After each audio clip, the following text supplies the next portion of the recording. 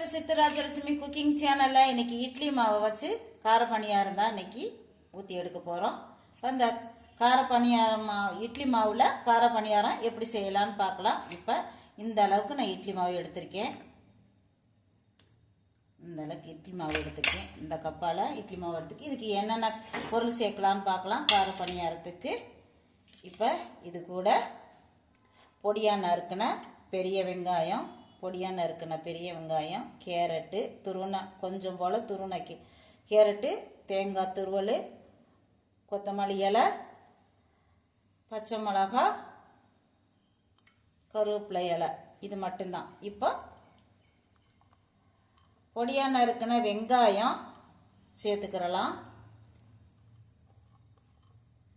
இது கூட பொடியாக நறுக்கின பச்சை மிளகா, இது கூட பொடியாக நறுக்கின கொத்தமல்லி தழை, பொடியாக நறுக்கின கருவேப்பிலை இலை,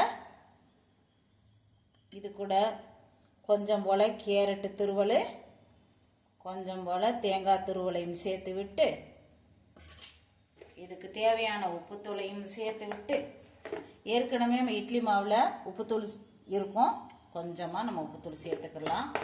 சேர்த்துக்கிட்டு நல்லா கலக்கி எடுத்துடலாம்.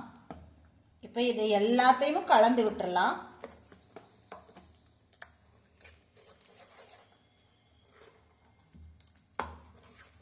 தண்ணி வேணும்னா கொஞ்சம் போல் சேர்த்துக்கிறலாம். நல்லா கலந்து எடுத்துடலாம். எல்லாத்தையுமே ஈவனாக பிளண்ட் ஆகிற வரைக்கும் நல்லா கலந்துடலாம். இப்போ கார பணியாரம் எப்படி சுடலான்னு பார்க்கலாம். வாங்க வீடியோக்குள்ளே போய் பார்த்தலாம். ஸ்டவ் மேலே ஒரு நான்ஸ்டிக் பணியார சட்டி வச்சுருக்கேன். அது நல்லா சூடாகி வரட்டும். சூடானதுக்கப்புறம் ஊற்றிக்கிறலாம். பணியாரக்கல்லே நல்லா காஞ்சிருச்சு. இப்போ ஆயில் சேர்த்துக்கிறலாம். நான்ஸ்டிக்காக இருந்தாலும் கொஞ்சமாக நம்ம ஆயில் சேர்த்துக்கிறணும்.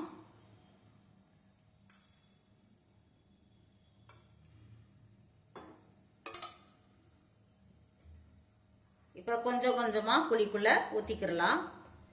பணியார குழிக்குள்ளே கொஞ்சம் கொஞ்சமாக ஊற்றிக்கலாம் மாவுகளை. துருவின கேரட்டு, பெரிய வெங்காயம், பொடியாக நறுக்கின வெங்காயம், பச்சை மிளகா, புதினா பச்சை மிளகா, கொத்தமல்லி தழை, கருவேப்பிலை இலை சேர்த்துருக்கோம். ஊற்றிக்கிறலாம்.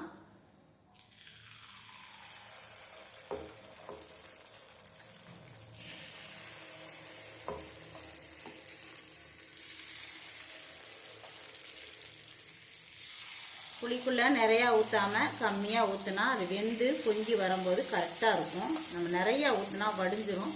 குறைவாக தான் ஊற்றணும். கம்மி பண்ணி நம்ம ஊற்றிக்கலாம்.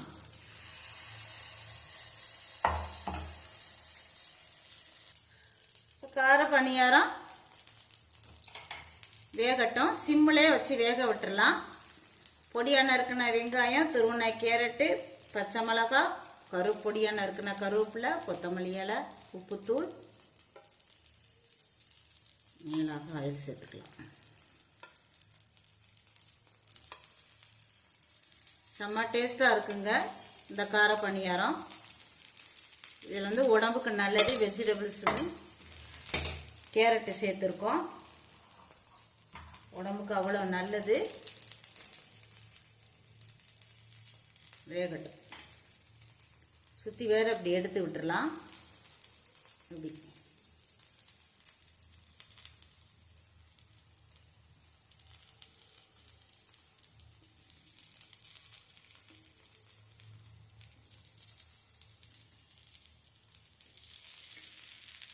நல்லா வேகட்டும்.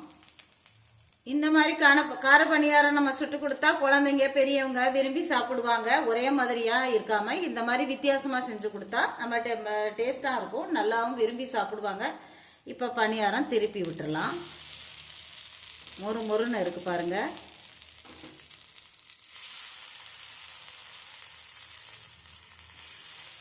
உங்களுக்கு ஆயில் தேவையில்லைன்னா கம்மியாக கூட சேர்த்துக்கலாம். நிறையா சேர்க்கணும்னு அவசியம் இல்லை. நான்ஸ்டிக்னால கம்மியாக தான் ஆயில் பிடிக்கும். அப்படி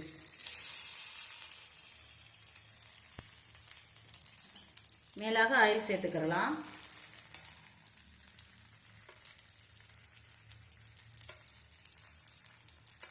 ஆயில் தேவையில்லை வேணான்னா விட்டுறலாம். மொறு மொறுன்னு நல்லா கிரிப்பாக நல்லா டேஸ்ட்டாக இருக்குங்க. சட்னியோடு வச்சு சாப்பிட்றதுக்கு அருமையான கார பணியாரம் ரெடி ஆகிக்கிட்டு இருக்கு. நல்லா வேகணும், உள்ளுக்குள்ளையெல்லாம் நல்லா வேகணும்.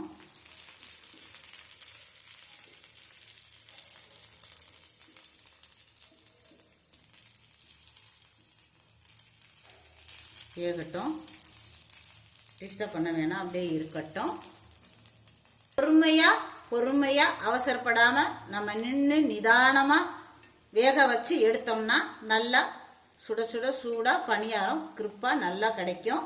வேகாமல் எடுத்தோம்னா உள்ள அப்படியே பச்சையாக இருக்கும், வேகாமையே இருக்கும். பொறுமையாக வேக வச்சு எடுத்துடலாம்.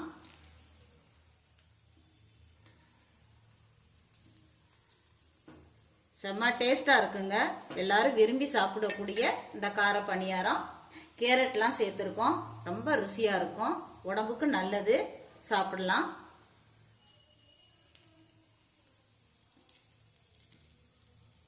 இந்த பக்கம் வேகமாக இருக்குது, வேகட்டும், பொறுமையாக வேக வச்சு.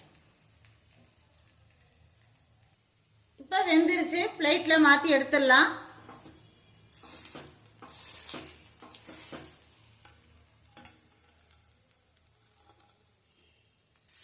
இன்னொரு குழியும் ஊற்றிடலாம்.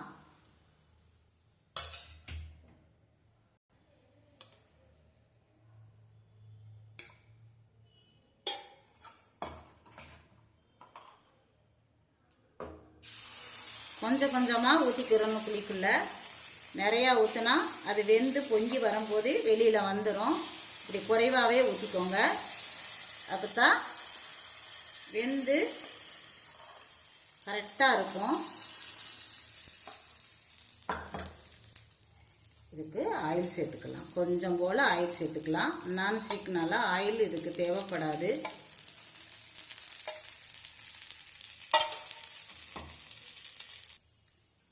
திருப்பி விட்டுடலாம்.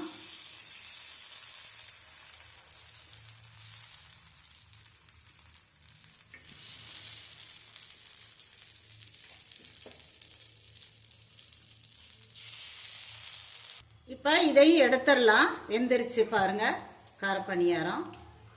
அருமையான டேஸ்ட்டில் கார பணியாரம் ரெடி ஆயிடுச்சு பாருங்க. கொதிக்குது, நல்லா சுட சுட சூடாக இருக்குது. அப்படி தொட்டு சாப்பிட்றதுக்கு அருமையாக இருக்குங்க. சுவையான கார பணியாரம் ரெடி ஆயிடுச்சு. இந்த சேனலுக்கு சப்ஸ்கிரைப் பண்ணுங்கள், சப்போர்ட் பண்ணுங்கள், லைக் பண்ணுங்கள், ஷேர் பண்ணுங்கள், கமெண்ட் பண்ணுங்கள். Please support.